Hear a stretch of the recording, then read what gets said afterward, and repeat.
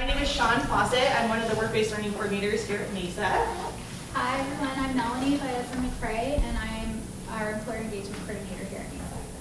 Thank you all for being here as a part of our Career Fest. This is our career panel with some amazing industry professionals here to talk to you about their roles, the different companies that they work for. We'll have an opportunity for you to ask them questions, which is amazing. But before we get started, just a few housekeeping items. You all should have panelist bios. Those are all of our industry professionals, their photos, a little bit more detail about their background, their education, kind of their career trajectory. So take a look at those. That may spur some questions that you might have. You also have this sheet here, which lists all of our career panels that we're going to have throughout the week. So details about the kind of the overall theme, the different industry, as well as the companies that will be represented. And then on the back is a map of campus, so it'll direct you exactly where to go. All of our career panels will be in this room in Avanza, except for Wednesday night. Our technology and computer science will be in G101. And then also on Wednesday, we have an internship and service learning fair, which should be at Mesa Breezeway, but pending rain, maybe in this building. And then on Thursday is our job fair, same thing, usually in Mesa Breezeway, which is by the Commons, but potentially could be in this building as well. So we have signage all over the campus, but just wanted to give you this so you have a heads up about all the awesome events that we have going on this week. And then your professor wanted to make an announcement as well. Oh, thank you all for coming. My students, is there anybody who's quizzed me I don't have?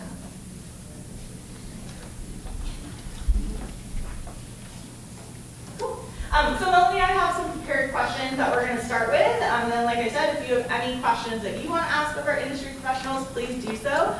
This panel is for you as students to be able to learn about different career opportunities that you can potentially go into. And also, I know it's connected to several of the classes that we have participating, so hopefully you're learning something as well. So let's go ahead and have our panelists introduce themselves. If you could share a little bit about your background, maybe your education, where you're from, where you're working, and feel free to answer as you will. You don't have to go in a line. Sure, I can start.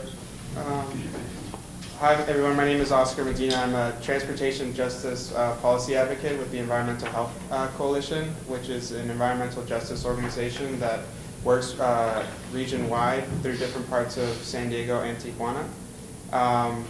I'm a native San Diegan. I went to La Jolla High School and I stayed here for college. Got my degree at San Diego State in public administration, city planning. And then my background, professional background is in active transportation planning. So right after college, I worked in a private consulting firm for about a year. And some of that was really fun. I got to work on really exciting big projects, but it was also not, there were moments where, you know, all your main focus is just getting new projects and working on business development and kind of combing through RFPs and writing proposals, and that was less fun. When an opportunity opened up, I joined Circulate San Diego, where Juan works, and if you'll notice that our pictures will almost look identical, that's why. We had the same photo shoot. But I worked there for about almost 4 years on different transportation and land use projects, and then in the last July I transitioned to Environmental Health Coalition. So I've been really fortunate to work in the private consulting sector and in the nonprofit world. So I'm excited to share with my experience with everyone, and I'm honored to be here. I'm Howard Lee, currently at the city of Coronado. I just started there a couple months, focused on active transportation. And before that, I came from the city of Mesa. I was there for 6 years, also in planning, focused on development, just your standard local government planner there. So educationally, I went to Cal Poly San Luis Obispo in city planning, and then I went to USC in public administration, and my whole career has been in public service and just local city and county government.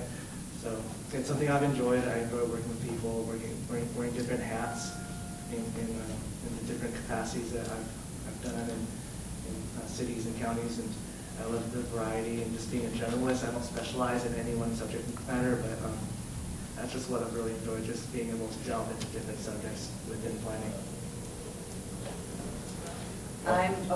No, go ahead. Go ahead. Good morning, I'm Andrea De Leon. I'm with the City of San Diego in our Environmental Services Department, hyper-focused in the Waste Reduction Division.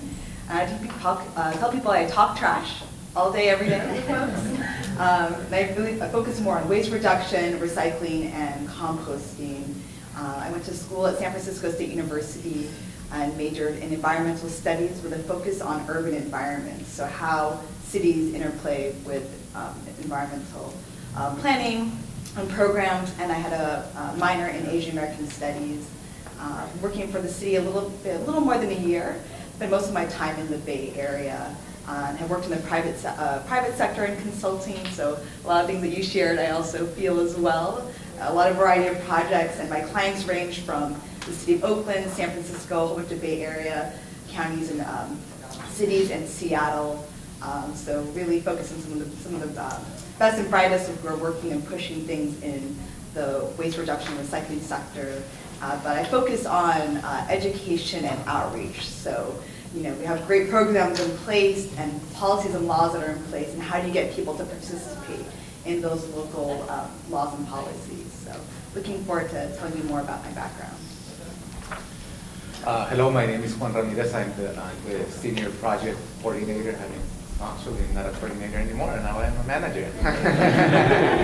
Yeah, I was so used to say coordinator, but and at Circulate San Diego, we are a nonprofit organization where we basically advocate, promote, and work to make safer and active streets throughout the county, even a little bit further. We have worked in Imperial County too. And my background in terms of education, I have a bachelor's in international business and a master's in city planning. And you may say, oh, why is that? Well, the coolest thing about planning is that it's so multidisciplinary that, well, as you have seen, like there's environmental planners, transportation planners, there's people focused on I don't know, like historic preservation, economic development. So there's like, it's a really cool, let's say, career path to look at if you have like different things that you might want to explore. That's how I got there, or why I got there. Well, I studied international business, as I mentioned, but I studied in Tijuana, and it's not like here that you have the option to change a major whenever you want. There, if you select a career, you get stuck to that. If you want to change to something else, you have to start from zero. So at first, initially, I wanted to study architecture or civil engineering. I didn't get accepted, so I said, oh, well, I'm just going to apply for something else. And I was accepted in international business. I ended up finishing up, and when I tried to do my master's here, actually to revalidate my degree, the person in San Diego State told me, why don't you just get a master's? And I started looking at the catalog, and I said, well, city planning. And I started looking, oh, I can incorporate my business degree into planning, and I wanted it to kind of focus it a little bit more into design or the architecture, the urban setting. And as I was studying, I wanted it. One time I went to Sandag, and do you guys know what Sandag is? Nice. It's the San Diego Association of Governments, and basically it's a place where all the majors, all the city councils get together. They take decisions to in a region-wide level. And then I came up with the Quarters Committee, and I was like, oh, I'm gonna become a binational planner. And so that was my focus, like, oh, international business, city planning. And as I continued studying, I used to live in Tijuana. I'm originally born here in San Diego, but basically all my life I lived in Tijuana. And so one of my teachers, knowing that I was from there, she had a binational project focused on transportation. And I started working with her, and then all of a sudden I was in the transportation sector, or the transportation planning. I've been loving it, and I'm here. Hi, my name is Carly Keene. I am the Community Programs Coordinator at Island Clean San Diego. We're an environmental nonprofit working towards a zero waste, litter-free, and environmentally engaged San Diego region. I focus mainly on our volunteer programs and major events. For example, I'm currently in the midst of planning for our Creek to Bay cleanup, where we have over 6,000 volunteers in one morning cleaning up at currently 121 sites in one day. So I work on kind of coordinating with those volunteers along with our other more flexible programs. At the organization, there's also a wide variety of folks. We focus a lot on education. We have a recycling programs team. We also have our philanthropy and marketing folks, along with our accounting and just kind of general operations. So a way to stay in the environmental field, but also have kind of a different angle to it. There are always those options, that it's not purely just volunteer work. I went to UC Santa Barbara. I came in undeclared, and then in my second year, I declared as environmental studies major, studied abroad for a semester, came back, and then added in a Spanish major after that. And then I went and did the Peace Corps after college. I was in Panama as a sustainable agriculture systems volunteer. So I lived in a tiny village, a tiny indigenous community in Panama, working with cacao growers. And that was really a great opportunity for me to kind of work on my kind of community building, outreach, education, kind of building public speaking skills, and it's really just a great network within the Peace Corps upon returning. After that, I came and started working for an organization locally called the Industrial Environmental Association, which focuses on keeping businesses, manufacturers particularly, and consultants up to date on environmental policies and regulations to make sure they're in compliance, and also do some advocacy on their behalf. In that role, I was mainly, it was a small office, 2 of us, and I worked mainly on kind of membership communications and helping to plan the conference. So I have a heavy kind of event planning background. And I've been in my current role almost 3 years, and our organization is constantly growing and evolving, and there's always new angles, but it's really kind of focusing on zero waste and taking that as far as we can and helping to encourage everyone to take those steps to become more zero waste. Cool. And I'm Nick Kodafides. I'm a land use environmental planner at the County of San Diego. I've been there for about 5 years. I mostly focus on alternative energy projects. So I'm doing, I brought some poster boards of like some projects I've worked on. The one to the very left shows all the alternative energy projects that are pretty much my projects. Wind farms, solar farms, battery storage projects, which are pretty novel in the county or statewide, I guess worldwide. Right now, where we're trying to figure out how the best practices are for battery storage and environmental effects of those. I started at Miracosta in Oceanside, and then I transferred to UC Santa Barbara as a sociology, criminal justice major. And then I was supposed to go to law school, and I dropped out maybe a week before. And then I decided to do my MBA about a few months later, so I took my GMAT, and then I got that in project management.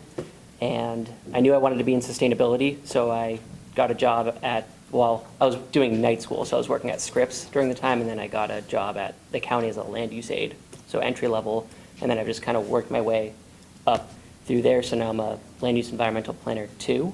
I also am the airport specialist at work, and so I review projects for compliance with airports and hazards, potential hazards, and impacts to agriculture. I also am the agricultural specialist. So yeah, that's pretty much what I do on a daily basis, and yeah. So obviously we have a very wide breadth of career applications that you potentially can go into. I'm curious because all of the programs and organizations that you work for have a very similar mission, obviously around sustainability, around urban planning. So do your organizations ever communicate with one another, or do you collaborate in any capacity? We do. We've got a contract with over there. So there's definitely collaborations, but most of our funding as an organization does come from local city government. So there's always a lot of collaboration. We help with their outreach and education. And we kind of collaborate, so whenever we have an environmental impact report or something for housing or whatever project it may be, we usually get a letter from EHC telling us if they agree with it or not. And that's pretty much what goes down. Yeah, it's, yeah. When I got here, the first thing Nick says when I introduced myself was like, "Oh, we get a lot of letters from you." But yes, as a nonprofit, we sometimes, as one of our roles is to act as a watchdog to ensure that anything that any local jurisdiction puts out is going to uplift our community, and we look at things through the environmental justice lens. How it's going to kind of impact underserved communities of color. And so we look at not just the county, but the city of San Diego, the city of Tijuana, the city of National City, and SANDAG and MTS to really make sure that anything those agencies put forth are really going to serve our community. Yeah, another way that there's communication or there's partnerships between, let's say, nonprofit and local jurisdictions is that there's several grants, like whether it's a federal grant or state grant that focus, in my case, most of them in active transportation. And we know that we would like to participate in those. So we go to the jurisdictions and we tell them, hey, are you guys planning on doing this or applying for this? So we collaborate, and sometimes we wrote grants together, and basically we work through projects in partnership between whether if it's a city or the county and the nonprofit sector, or the private sector, also private companies. Yeah, oftentimes the city is working with regional entities, like specifically like MTS or SANDAG, and just to communicate with them or convey to them, how our experience is with, our boots on the ground, and the kind of feedback that the regional agencies need to hear from us, so that they can know how to steer grant funding or how to prioritize things. So it's really important that the cities are involved in the process, and also the nonprofits, so that we can hear from them and hear from their perspective, and kind of put it all together, so that regional agencies like SANDAG can get the feedback they need, so that they know what direction to take moving forward in the future. Just to complement basically what I said, one example could be, for example, community outreach. Many times the cities or county, they don't have, I want to say, the capacity to take people to go and talk to the community, come up with workshops or educational campaigns, and they partner with other nonprofits or private companies to go and basically come up with or host a workshop. And we, in our case, many times we are kind of like the middleman between the community and the jurisdictions, and we basically translate what the city, like all the jargon, like the technical jargon from let's say from the engineering department, and we translate it into more comprehensive words to the community, and we gather the feedback from the community, and we come up with a report that we give to the city so that they can come up with their decisions on what to do, not to do, etc. So thanks, Juan. You did talk a bit about what you do on a day-to-day, but I think for us it's fascinating to know a little bit more about what your responsibilities like on a day-to-day would be. Like, what would a typical workday be for you with your individual roles? Okay, well, in my case, that's not something that happens. There's not I cannot talk about a day-to-day thing, because one day I can start by going and doing a walk-to-school day, basically organizing a group of parents, a group of kids, and walking to school that day. Then I go to the office and I'm working, I don't know, on some a budget, making sure that the project is running smooth, that we do not, basically working on the computer, just making sure that we do not overspend the money, making sure that we're complying with our scope of work. Basically, once you come up with a project and you're working with a city, there's a contract, and you have to come up with, or basically comply with your deliverables. Basically, it's like a list of things that you have to do by the end of the project, and there's a budget that you shouldn't overspend. And so I need to work on that. Then later at night, I might have to go to a city council meeting and basically talk to majors. And in the morning, I was wearing shorts. In the afternoon, I'm wearing tie and a suit. So those are that could be one day. One day I might spend it all day in the office. Another day I might spend it at a different place. I don't know, doing a walk audit. Basically, go walking on the street, seeing, working with the community, basically identifying what are the issues that are on the urban environment, doing the report, taking it to the city, etc. Yeah, sorry. I'd say like my day is also pretty random. I have like 20 plus projects going on all at once. So one day I'm by the border wall, like seeing about a new solar farm. The next day I'm in Borrego Springs for like a military drop zone that we're evaluating, or and then sometimes I'm at city council or a planning commission, or with the board of supervisors, or I'm meeting out with the community, or I'm on an Indian reservation talking with, having a presentation for a project. It just, and then some days I'm just at home writing hearing reports at night for a presentation that's coming up. It's kind of all over the place, so you just have to keep a schedule to figure it all out. With 20 projects, I Yeah. would imagine technically is probably With all, useful. yeah. Yeah, I'd echo that too. I think that's kind of what I like about the path that I took, is that I really like being out in the field and meeting folks on the ground and kind of being that face of the programs that I'm working on. But I'm also at the computer, and I'm like pumping out Excel spreadsheets and looking at budget, checking in with my contractors to see if they're doing the work that they're doing. But I think I work with a variety of stakeholders. So sometimes I'm talking to a property owner that manages lots of different apartments and condos, and we're like looking at dumpsters. And then sometimes I'm at the actual landfill here at Miramar Greenery, and also at the compost facility, and looking at the rate that our food is decomposing. It kind of ranges all over the place, or working on presentations. And I also really find value in data to help provide insight of why we're doing something that we're doing. And I really have the principle of you can't manage what you can't measure. So data is really important to me as well. So surveys and feedback from the community, and surveys that even I Love a Clean San Diego helps collect for us, informs the kind of campaigns and where we're going to spend time in what neighborhoods. So I really like that variety for myself, because I don't know, if I'm sitting at my desk, I'm just maybe a little bit bored, but if I'm out in the field too much, I also get really exhausted, because it takes a lot of energy to constantly be talking to folks as well.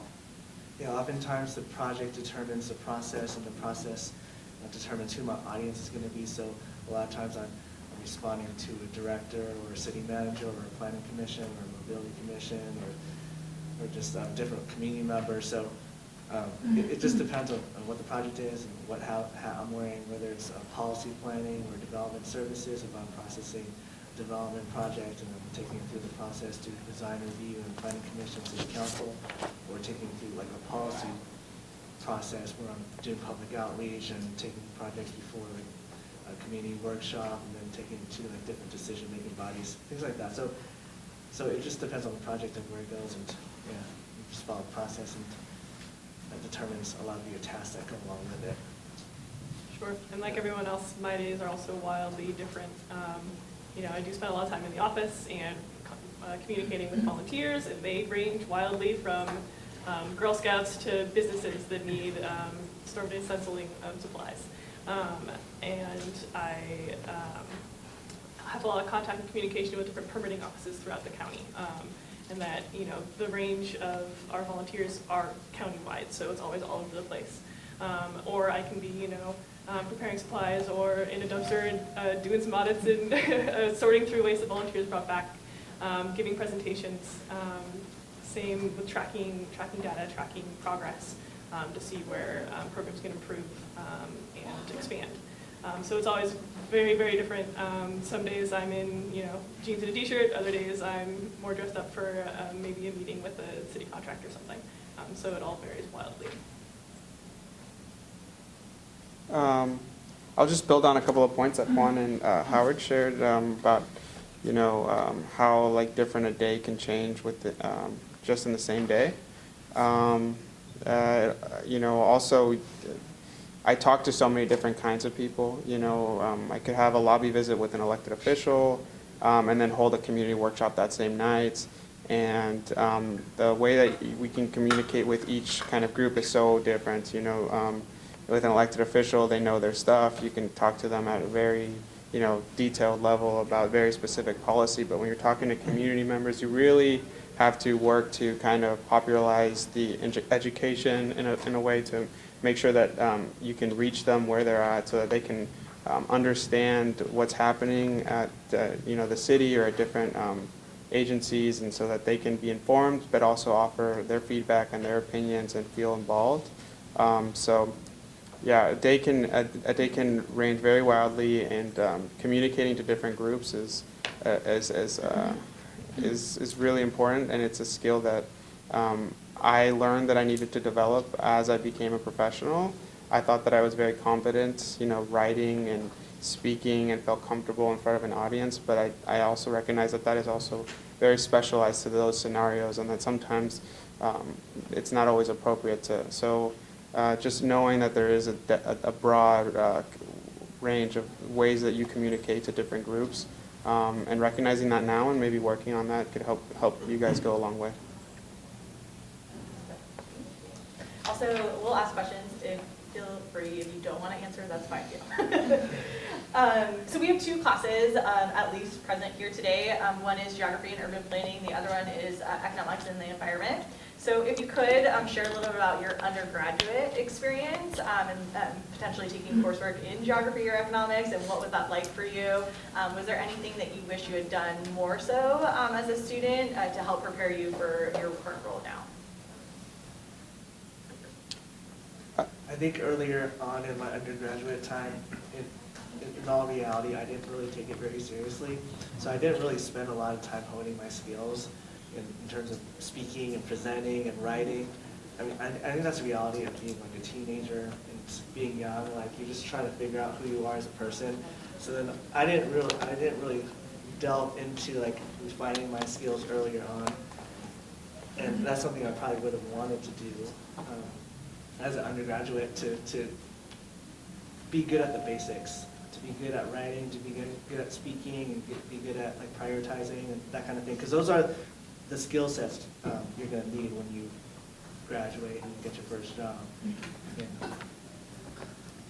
Yeah, I think I really enjoyed, like, there were some classes that you're just going to naturally enjoy spending time with, but I really appreciated that my program, had me take a green business course, had to take me environmental law, and chemistry. And there's things that I was like, I probably won't need to know this again, but it actually came back up. And I was like, ooh, I just need to know some basics, or I just need to know where or who to talk to get that information. And like, I never even thought I was going to work with like recycling and trash. I thought I was going to do urban planning as well, or environmental justice. But those things all really came together because all of those things I have to consider when I'm rolling out programs. But I also agree, like, actually, not only public speaking, but research skills are really important, because there are also going to be some programs or things you're going to work on that has never been done before, or you're doing it for the first time, and you have to collaborate with people, and you have to find out who has that information, or how can I develop that information. But I work on projects all the time that are sometimes independently, but a lot of it is like group-based, where I have to work with several people within my team or different departments, or with community partners. So it's all group-based, and there's deadlines. So like time management is so important. But also, have all these great ideas, but how to present it in a way. And I'm hearing this is a common theme from all of us of like public speaking and presentation. Because if you have great ideas, I've been in meetings with folks where they have great ideas, but it's like, I can't understand it, or I'm reading their document and I'm like, what does this mean? How do I have to now implement this? Those things that seem really basic are really, really important. So I think I wish if I was to go back, like kind of more improve my public speaking presentation opportunities as a student, and practicing how to pitch my ideas in a way that's really effective. But I think that kind of came through time of just like internships, volunteering, and working on different jobs, and jumping on any opportunities where I could present. I found really helpful. For me, my undergraduate experience, I actually similar to Juan. I started off as a international business major, and then I went to accounting, and then I actually studied abroad in South America, and in my third year, and I was gone for 8 months, and I had the privilege to travel through a lot of the continent, and I got to experience different cities, and I realized that I liked some cities more than others. And the ones that I liked more were the ones where I could get around easily. I was transit dependent and didn't have a car, so the places that I visited were shaped by the places I could access, being limited to walking, biking, and taking public transit. And so that was a very profound experience for me. And I came back and I changed my major in my third year to city planning. And so I finished out in 5 years instead of 4, but I think it was worth it. As far as geography, I took one class in GIS when I was in college, and that was really not enough. I see in the pamphlet with the speaker bios that there's a few people on here that have taken the GIS certificate here at Mesa College. I'm one of those people, and honestly, it's helped me so much. I think if there's one thing that I wish I would have done more in college was really try to focus on my technical skills, because those were the things that were lacking when I was kind of early off in my career, was the design skills, the GIS skills, and and those are things that it's fine if you don't do it all in college, and just be aware of them when you're in the field, and recognize that there are opportunities for professional development, and especially here at Mesa College, to really gain those skills. And for me, GIS is a big one. Just real quick, GIS stands for Geographic Information Systems. And I'm currently one of those students. I am taking net classes here at Mesa in Geographic Information Systems, working towards a certificate. It is because, as an undergraduate, I didn't really have a focus. I didn't have a specialization. It was just a broad degree. Looking back, that's something I wish I had kind of shifted on to really build that specialization and that technical skill that really kind of does give you the leg up. The beautiful thing with Geographic Information Systems that it's widely applicable to many, many fields. And it can improve any matter of program. So that's kind of a step above in a way to kind of give yourself that leg up as you're looking into different careers and specific positions. I'm lucky that 10 years after I graduated from college, I'm still able to go back to school while I'm still working and kind of do that focus. So it's never too late. There's always room for improvement. It's the kind of thing too where my organization is paying for my classes. So that's always an option as well, is that once you get into a position, you know that there's the opportunity for your employer to improve your education because it will help them in the long run. That's always an option. Well, not just in undergrad, but just in general. I think that I kind of heard it in a different ways. Just improving your set skills just in general, like learning, for example, how to use, I don't know, like the Adobe package, like InDesign, Illustrator, things like that, because even if you're not a person who does design, just coming up with a presentation, coming up with a report, it's like super useful to know how to integrate the different computer applications or computer software into in order to come up with reports or deliverables that you're going to come up and present. So it's very important whether you build that set skills with GIS, Adobe, know how to use the Microsoft the whole package, just learn how to use it.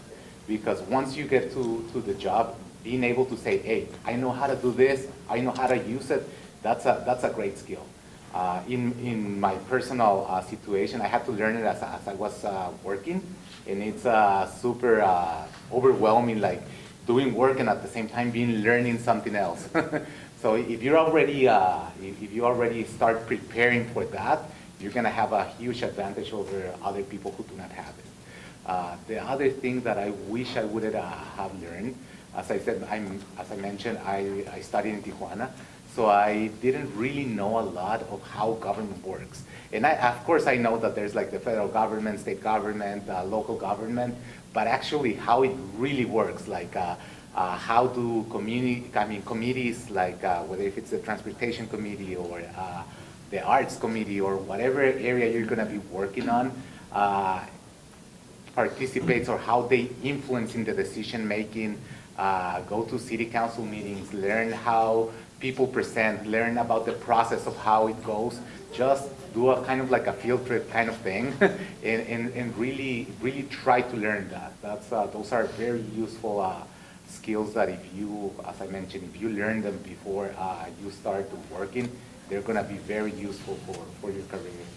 Yeah, now I'll say like project management's probably I think one of the most important things. If you can actually outline how you're going to start something and get through it and get to the end point, and also figure out the economics of it. Is this project for a 3-lot subdivision actually economically viable for the applicant or whoever? I think that's probably one of the best things you can have. I did a project in my MBA for the Salton Sea mitigation plan, so I outlined how much I think it would cost, who's going to be able to do this, here's the task orders for all these people, and this is the estimated date, and this is how we're actually going to get there.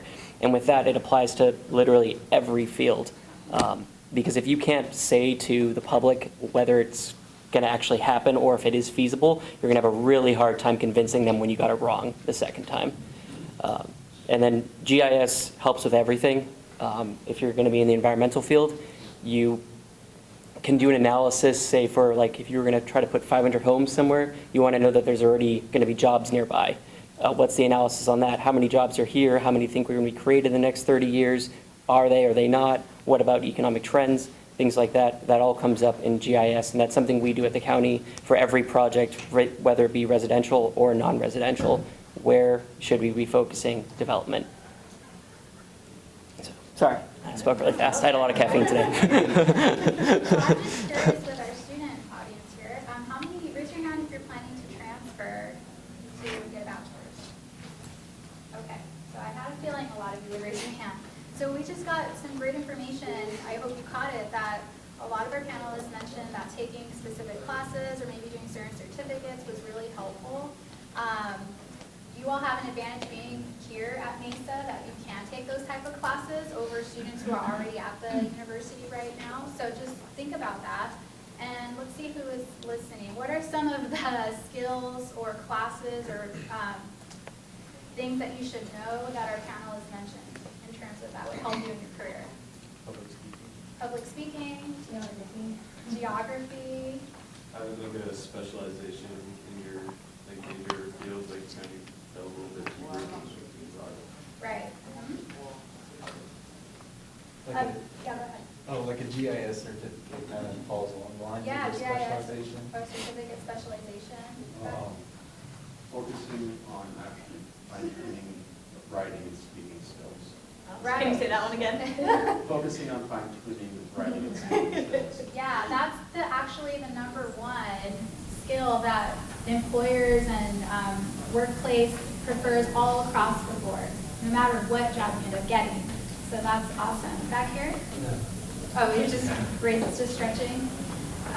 Okay, so this is awesome. I'm going to open it up to all of you who have some questions that you would like to ask of our panelists. I just had a question, like how competitive are your fields if you were to pursue these career fields? And like, even if you had like a specialization, is it still pretty tough to get into, or there's a lot of entry positions that are available, or just kind of how like applying would be? In my opinion, one of the things that, more than being competitive, I think that it's preparing on how you become competitive. And I think that the most, probably the best advice that I can give you is do internships. Do internships and learn what's happening there. And I have seen in many examples of people who do their internships and they end up getting a job where they do the internship. So that's a great way of getting into the field. And later, of course, once you find, maybe you like it, maybe not, but once you start like looking the path, whether you want to work for the nonprofit sector, private sector, or public sector, you can just basically work your way or find those opportunities. Yeah, when I think about competition, I don't think about competition. I think about what I bring to the table and what my skill sets are and my experiences and me being proactive and pursuing the experiences that I want so that I can shape my career. So I think a big part of that is just changing your mindset, and that you're not thinking about what everybody else has, but you're thinking about what you got and how what you got aligns with the jobs that you're interested in pursuing. So just have a good understanding of yourself and having a good understanding of what the job market looks like, and just looking at job descriptions and seeing how you fit into those job descriptions, for example. And then if you don't have certain experiences, finding ways to identify, how you can get those experiences, at a later level. It's like internships, it's like, doing your own projects and doing school projects, things like that, and just getting yourself, the experiences that you do need if you don't have it. So it's just about going out there and getting it, I feel like. And I'd also say, if an internship also is not something you can commit to at this time, but even volunteering, it is so important to just, if there's an organization that you see, I'm really interested in doing that, there's an opportunity for me to do some pro bono work, or just meeting with people who are in the field that I'm interested in, starting to network with those groups. And if there's conferences that you can attend to, sometimes they have student discounts to attend those conferences. Because when I'm looking to hire folks, I'm looking at their letter of recommendations, their networks, who do they know, who can vouch for them to say that even if they don't have extensive years of experience, but if a previous employer or someone who you work with on a project, even if it's a volunteer-based project, can say, she was really dedicated, she put the time in, I can vouch for her that she can do this work and is reliable, that's going to go a long way for me. Versus someone who might have really technical skills but has never actually implemented it, or hasn't worked with other people, or doesn't actually have practical skills that will help me know that I can, this person I can still teach them easily, but they're going to be reliable. It can go a long, long way as well. I got my current position because partially I volunteered with Circulate as a cleanup lead on my own time while I was working in my other job. So that was a valid experience that was very applicable to my current position. And another thing, thinking about in the nonprofit world, as far as competitiveness goes, the nonprofit sector tends to be competitive because it's very values driven. So people want to work there, and we look for people with those values and that passion. So that it is tough because you're looking for the high caliber applicant who's willing to work at nonprofit rates and kind of give that more blood, sweat, and tears side of things to the organization. So we look very, very much for those skills, a lot of collaboration, and that they do have that volunteer experience in their background because it kind of shows that dedication and that passion that they could bring to the organization. And I would say it is competitive. It is. Whenever I'm on interview panels, we're looking for somebody that's ambitious, that's had internships, and that they're want to learn really fast, and they've already looked up the company. They know everything about it, at least from a viewpoint of it. I was working full time and doing grad school at night, and then I was doing. They kept saying I couldn't do internships because I wasn't a full-time student. So I couldn't do it because I had school and work. So then I started emailing around, and I found an internship that was, I just talked to a bunch of people, and they let me do it remote. So I was working on weekends for an internship for doing free research for them and writing reports. And that ended up working out, and I had all those things, and it still was just enough to get me an entry-level job at the county. So they are looking for that drive, but it does help. That's my biggest regret, is not doing an internship when I was doing undergrad. I should have done that. It made it a lot harder being 25 and trying to grind my way through than doing it from the beginning. And another perk about internships is that it's even a way for you to figure out you don't want to do that. It's a really good way to be I thought I really wanted to get into this, and now I know I don't, and on to the next one. So don't discount that. So I'm sensing a common theme here, hands-on experience and internships. So that begs the question, do each of your organizations offer internships? You do.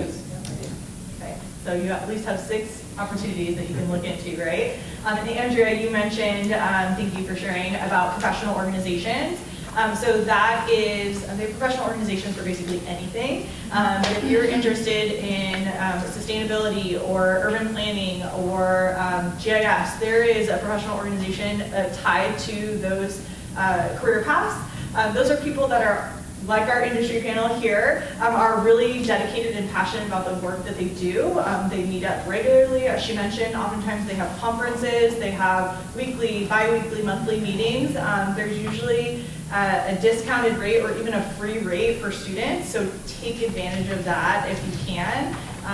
Even just the opportunity to be able to network with people in the field is really valuable, because that's how you kind of are able to further explore different paths that you potentially could go into. And then, like you mentioned, figuring out what you like and also what you don't like, because that will help you narrow down what it is that you want to do in the future. And you kind of can control your level of involvement, right? So you can go to meetings if you want, or all the events, or you can just, you can't just, be a part of the conversations that come through emails or, their social media sites, but you get that insider information being connected to a lot of those professional orgs.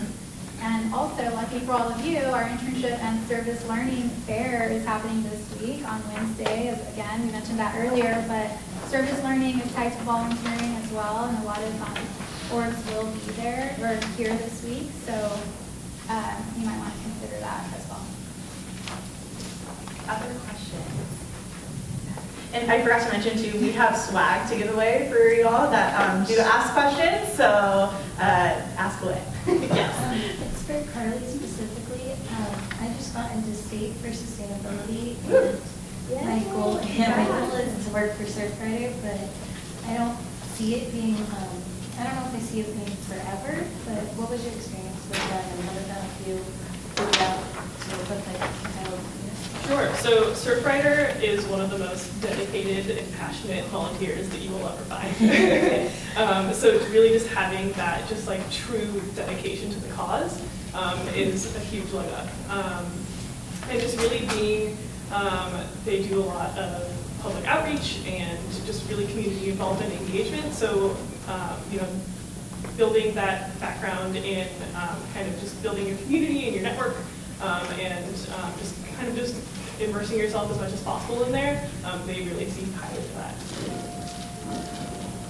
And we'll give swag away at the end, and we'll just be on the honor system, just kind of we have lots of items.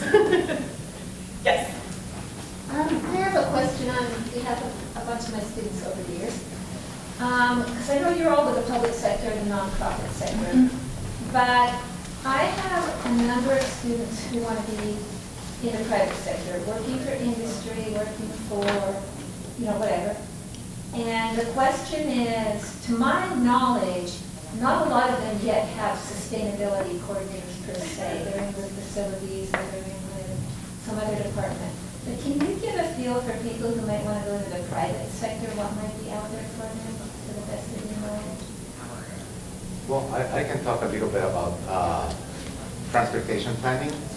There's several transportation, land use, and landscape architecture companies that do a lot of planning work. I mean, most of the plans that the cities adopt, they hire or subcontract private companies to do the plans. And so there's a lot of work. There's a lot of work, or there's a lot of companies out there, and so there's opportunities. Also working in as like environmental health and safety is a big one for environmental engineers, and also going to the consulting field. And also as more policies and regulations are put into place, that more businesses will need sustainability teams. So it's definitely a growing field because they will need those experts to be in compliance with state and local policies. A very specific thing that y'all can do today is identify a consulting firm that you're interested in, and identifying a specific position that you're interested in learning more about, and actually reaching out to that individual or to that group or department and saying, hey, can I schedule an informational interview? I'm a student. I want to learn more about what you all do. And it's your opportunity to have an informal interview with that company to learn more about them, and it's their opportunity to learn more about you. That's something you could do today if you wanted to. So you don't have to wait for a job opening to come out, or you can be proactive and reach out to them too. And they'd be happy to hear from you, probably. Yeah, I was just gonna say that don't be embarrassed or shy to do that, because we love receiving those emails. I get one maybe once every couple months, and it's like makes me feel really good. So really don't be shy to do that. Yeah, one of the biggest ones in San Diego is probably Dept. They do all the most of the environmental consulting at the county for private projects, greenhouse gas specialists, air quality specialists, if someone is interested in that. But I would say the best way to actually get a hold of somebody is through LinkedIn, seeing who works there and then messaging them rather than just emailing the organization, because those usually just get kind of lost. Yeah, I agree with also information interviews. I think that was probably the best advice that I got when I was in college, and I just scheduled, a couple just to get a feel for what folks do. But it's an investment for us too, at least in my field. Like, I want the best and brightest to be working on the programs, because we are, even though we're government, we're so mission driven. I want folks who are going to keep moving my program forward. I want people who want to do that. So yeah, I think we're more than, like most folks in the industry are more than happy to support the next generation of potential employers. And just to compliment, well, it was mentioned the professional associations. In our case, or in my case, it's the American Planning Association. They do several events, and there's a San Diego chapter. If they have, for example, well, I do not belong that anymore. There's a junk planners group. I'm not in that category anymore, but Oscar, I think he is. And I know that you guys have several parties like every. But what I'm saying is that there's several events where you can just if you register as a student, it's very cheap. I think that it's even It's free. And just stay in touch. And whenever there's an event, go there, do networking, ask about what's happening. And there's going to be people from the nonprofit, private, or industry, and the public sector. So that's another way to learn about what they're doing and who's there. Thank you all. For those of you that don't know, an informational interview is where you would meet with an industry professional and be able to ask whatever questions that you want. So very similar to this, but more informal because it's one-on-one. So get to kind of see a little bit more about what a day in the life looks like. So those are really great opportunities. Our work-based learning team can help assist connecting you with industry as well. So if you need support with that, just let us know. But Nick, thank you so much for mentioning about LinkedIn. That is huge. How many of you have a LinkedIn account? Okay, good. That's a good number. I'm surprised. So use that as a tool as well. That's a great way to connect with people that are working in the field. And like they all said, they're all people. They're happy to work with students. Use that student card as much as you can because it's not going to be there forever, right? So take advantage. Other questions? I think we had a question back here. Yeah, for those of you who have done internships, were the internships mostly centered around getting your supervisor's coffee and lunch, or actually doing things in the field, hands-on?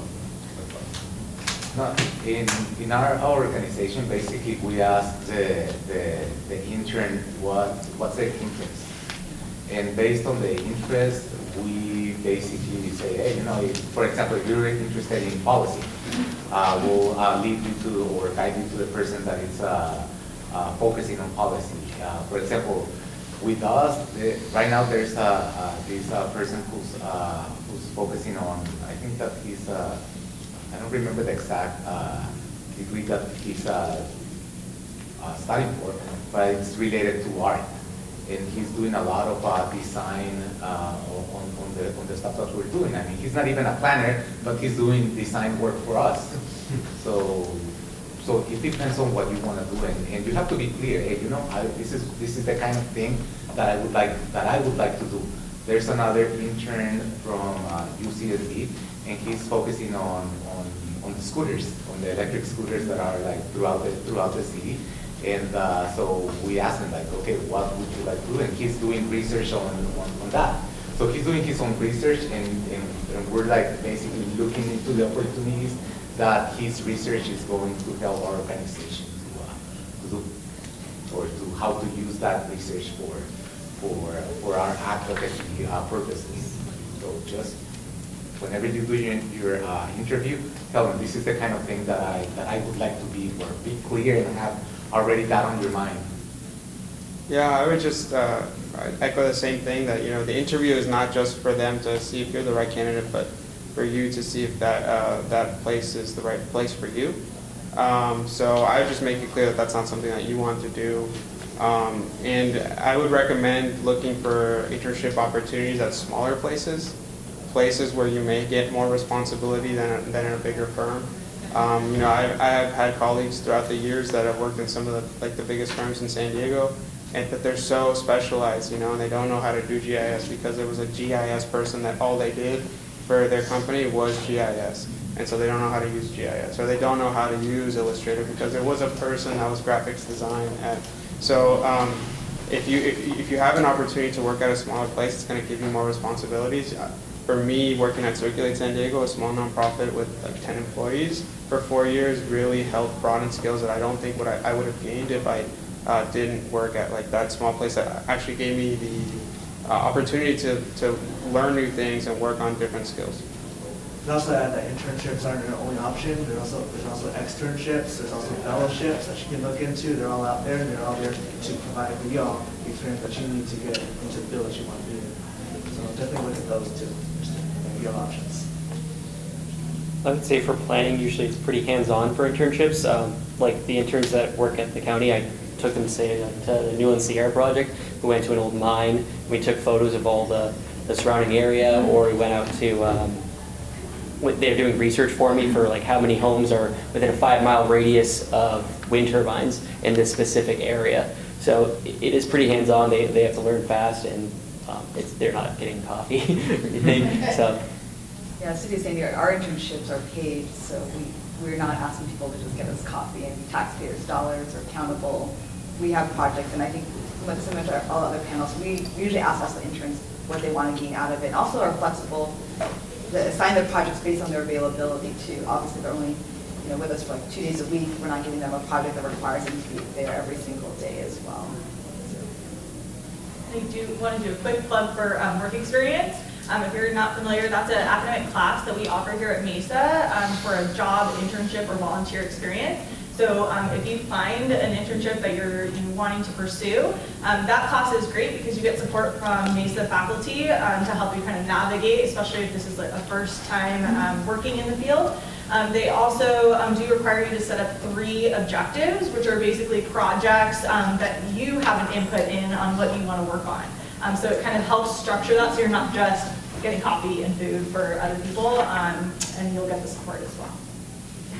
I have a few questions, not so much undergraduate questions, but more job-specific questions. For one, for working for the city, for the recycling department, are there actual composting plants that are city-owned and ran, or are they all privately owned? Composting, sorry. Like composting plants for green waste? Yes, for the City of San Diego, we actually own and manage the Miramar Greenery, which is our compost facility right on the same land as where the landfill is. So we manage it within the City of San Diego. But that's only when it's locally here, it's managed by us. But other jurisdictions sometimes are it's owned and managed by private sector. Yeah, I know the city of Carlsbad had a privately owned one. And then what do you guys do with the compost? What is it used for initially after? Yeah, sorry, I also want to be mindful of time. Sorry, I know, I wanted to wait until. What the City of San Diego specifically does? Yeah. Yeah, so all the finished compost, whether you're garden, we also just do not just do food scraps, but yard trimming, so gardeners and big landscaper jobs will also drop off the grass and leaves and branches and all that finished product within about 40 to 60 days. We actually sell it back to folks who want to buy it, and a lot of farmers will buy it and landscaping companies because they know that it provides valuable nutrients to go back into the soil. We have a really poor clay-based soil in San Diego, and so we sell it. And that all helps pay for the program also as well. And we also give out 2 free cubic yards to residents as well. So if you're a resident of San Diego and you want free compost, you can pick it up from Miramar Greenery for free. Cool, awesome. Did you have a question about? Yeah, so I'm an accounting major. Is it better for me to make, do like an internship with like a good accounting firm if I wanted to get a sustainability, or an internship with like a sustainability? Like, there's nothing sense. Sustainability. Oh, okay. Would it be If you better- want to be in sustainability, go into sustainability. If you go in accounting at the sustainability, or if you go in accounting, you're going to be doing accounting. You know, like that's I don't talk to the accounting team. So if you want to do sustainability, do the accounting for sustainability like firms, I should just stick to heavy accounting. I think if you want to do sustainability, I you want to do should. the accounting part. Sorry, what? I want to do accounting.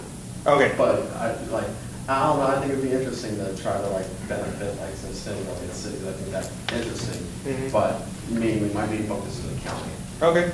So should I just stick with accounting like internships?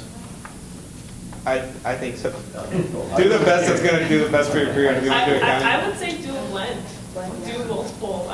We have an accountant on staff, but she also has, an interest in the environment and zero waste. So there's always the opportunity to combine the two.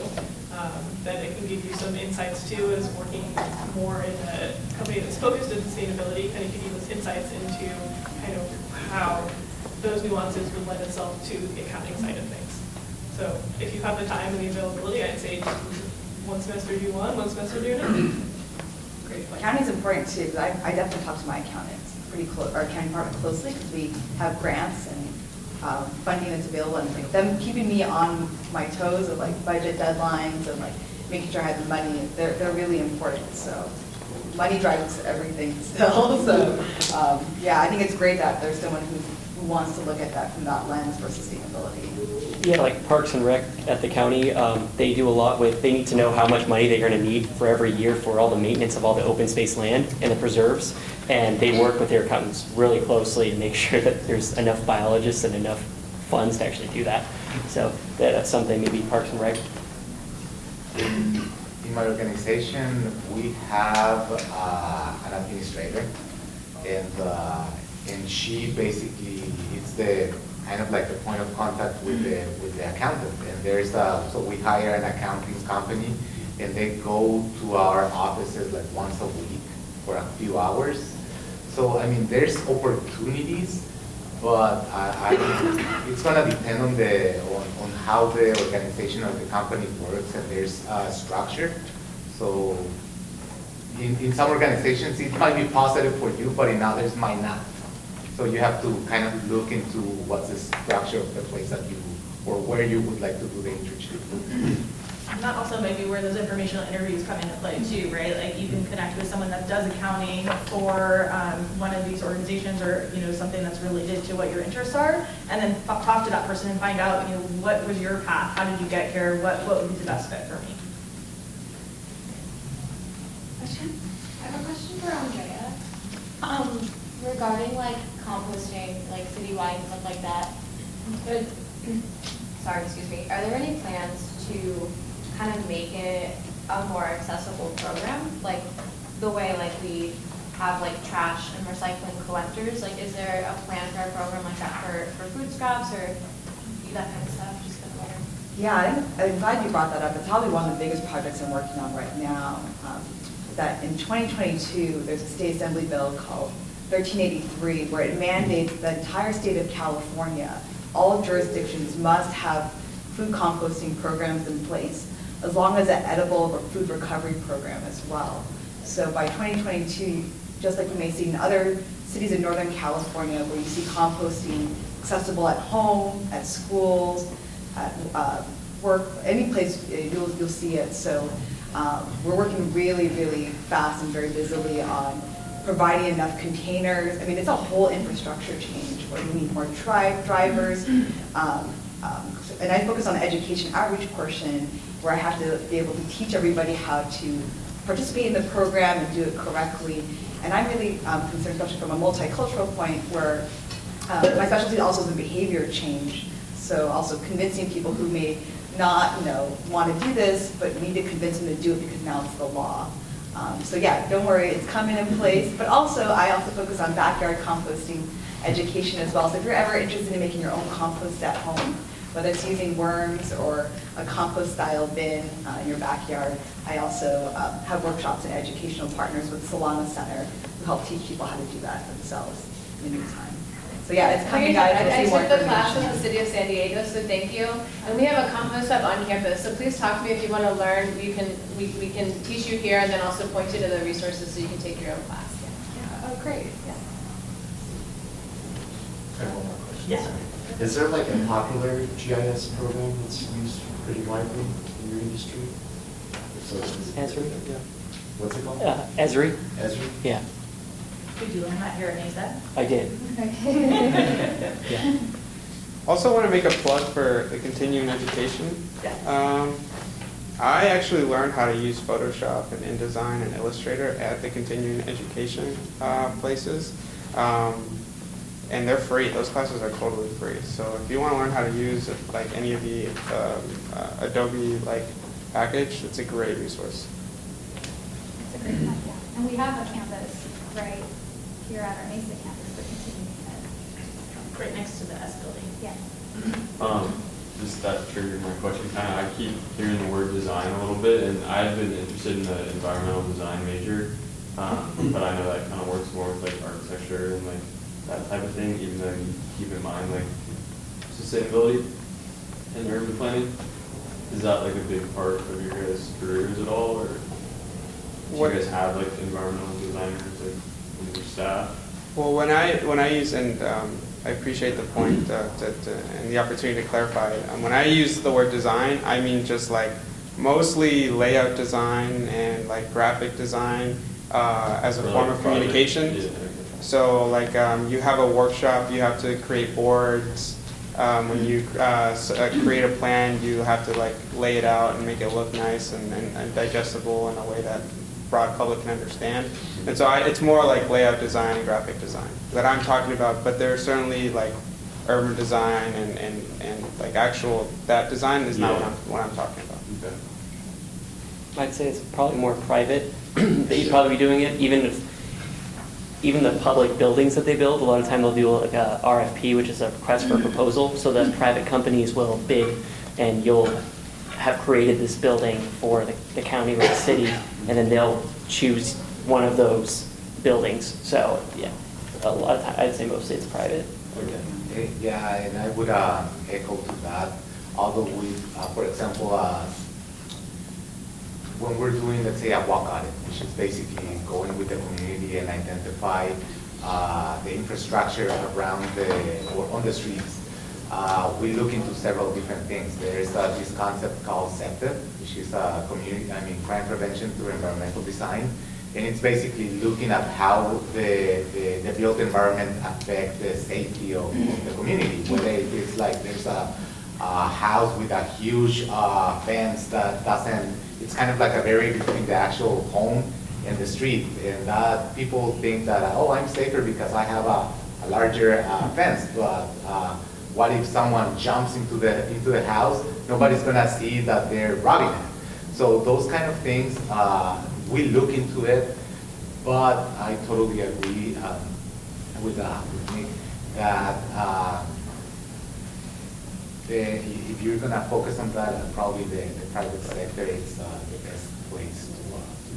We do look into it, but not so much, at least in the nonprofit sector.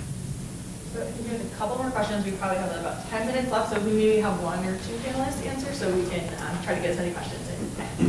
This is a question for Nick. So you mentioned about land use planning, like country level. I just a recent university graduate, and it's very difficult in the job market to find a job. But it was a good suggestion about interview with topics, especially for not for a formal interview, but informal. I was just wondering for land use planning specifically, like what are the characteristics or educational background would that field be looking for? So it kind of depends on what part of the county or what kind of planning you'd want to do.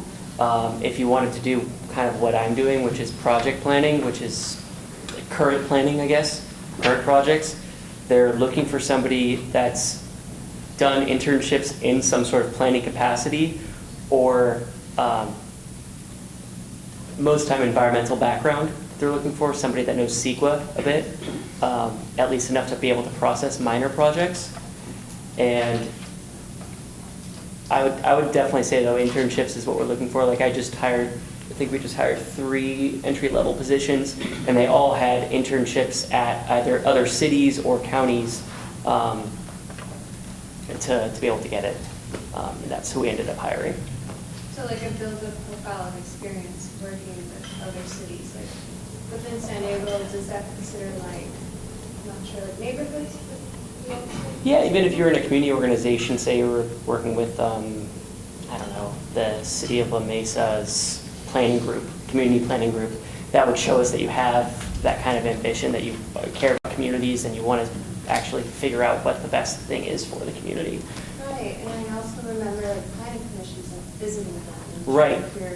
If you can actually show that you're passionate about it, I think that goes the longest way, because that's kind of what everyone's doing every day. You have to care about it, otherwise you're not going to make it. So you said something about the continuing ed building here on campus. The one on campus is for the brain injury people, and the one off of campus on Arrow Drive is the one that actually does what he was talking about. Oh, cool. Okay, thank you for sharing that. Other questions? I was just going to say, to what you're saying, I'm taking a sustainable development class, and it's like talking about everything you're kind of looking into. I've never done architecture stuff, but it's like really difficult, like trying to figure out. But yeah, you should take it. What's it called? It's sustainable development and built environment and 231.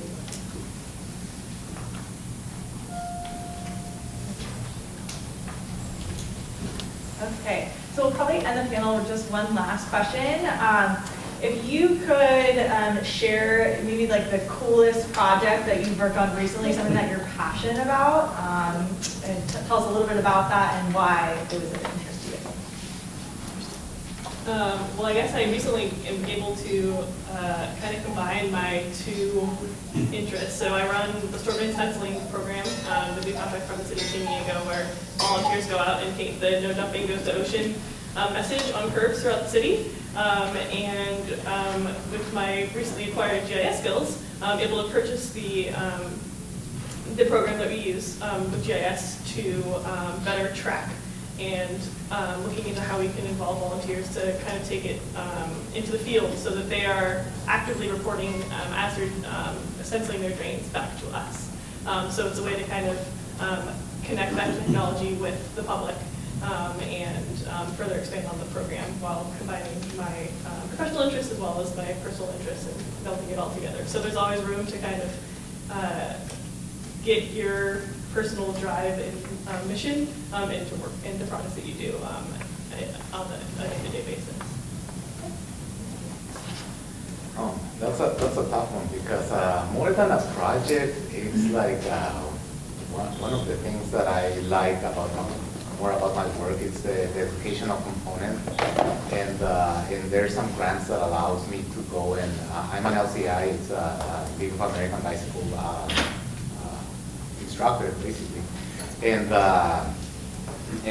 just being able to be paid to go and ride your bicycle and teach people how to be a safe bicyclist, and not how to learn how to ride a bicycle, but like there's a lot of people who do not know, and that was even my case. I was like 23, 24 when I learned that the right way of riding a bicycle is with traffic and not against traffic. And maybe, I mean, most of you are pretty young and you have learned with a different education, but my dad told me, hey, when you ride your bicycle, you have to go against traffic so that you can see drivers and drivers can see you. And I took that to heart, and that's the way I did it. And as I've been in this area, that's what older people tend to think. And but the reality is that that the bicycle is considered a vehicle, and you should obey the same laws and codes and regulations as a driver, and being able to teach students, kids who haven't gone to the DMV, haven't taken the driver's class, how would they know what to do? So being able to teach them how to be a safe rider, what to do, techniques to keep them safe, that to me that's incredible. That's awesome. We have a few more panelists that I want them to answer, but I know some of you may have to leave. So there is a survey, so if you can complete that and just leave it on your chair, that would be awesome. But I just want to make sure that we get to the rest of the talk. Thank you. Mine right now is a 1,400 acre solar farm, and it's really interesting. It's the most interesting to me because there's an old railroad from Spreckles era, which is like it's called the Impossible Railroad. There's a potential border crossing that they've outlined by the federal government. That's where they're supposed to cross into, where my solar farm's going. It's on a floodplain. It's next to this historic town that's kind of seen better days. It was supposed to be the next Palm Springs, but it never actually happened because the Salton Sea kind of faded away. So it's just dealing with the whole community and all the environmental issues that come with it, and how to see if things could actually work or not. That's been awesome. For me, who here takes public transit in San Diego? Awesome. That's great. So for me, the biggest project that I'm working on, the most exciting project that I'm working on, is doing direct advocacy around the proposed ballot measure that MTS is going to potentially put on the ballot in November 2020. So I don't know if anyone here is familiar, but on the November general election, you will get to vote on whether to increase the sales tax by 0.5 cent to fund public transit. So it has a potential to create $24 billion in revenue to really transform San Diego's public transit system to be world class, which is really huge because if those people that raise their hands, by taking public transit that our public transit is deficient right now, and it's not a great option. I didn't have a car for like 7 years, and so I know really well like how its limitations, but that project, doing direct advocacy, organizing community members to really make sure that whatever the MTS puts on the ballot is going to serve them, has been one of the most rewarding projects that I've worked on. So. And I'm working on a campaign right now to help improve recycling participation from residents, specifically from apartments. Multifamily housing is continuing to grow in San Diego. We have a lot of new people or folks who speak different languages, and so I'm working on different outreach methods to better reach residents. And people are really confused about recycling. We were just talking earlier, cap on, cap off, like what kind of box? So trying to work on some new, you'll start to see some new ads and some new outreach materials if you see that. It's coming from me. And also working with our partners, I love Clean San Diego, so when you hear or see them, they're helping to spread our good word of our programs. But yeah, working on some different methods and looking at even like a zero waste ambassador kind of training where we are teaching residents how to be more equipped with how to answer recycling questions so they can talk to their neighbors and friends to convince them to do the right thing. So cap on or off? Oh, bottle empty and then keep the plastic cap lid onto the bottle. Okay. And speaking of caps, I helped adopt the City of La Mesa's first climate action plan, and taking that through the whole process from conception to adoption, and we're in implementation. So that's something I'm really proud of as far as taking things through the process and wearing the different hats of community outreach and technical writing and presentations and working with people, working with different groups, and just distilling lots of information and developing policy and seeing that policy implemented now. It's really exciting for me just to delve into different subject area matters and learning more about them and seeing them come to pass. So there's not a plan that sits on a shelf, but it's actually getting implemented. So when real dollars are being invested to implement the plan. So I'm doing that for La Mesa. I did that for La Mesa. I'm doing that for Coronado as well. So, yeah. Well, I just want to thank all of our industry panelists for being here today, for taking time out of your busy schedules to share your expertise. So can we give them a round of applause?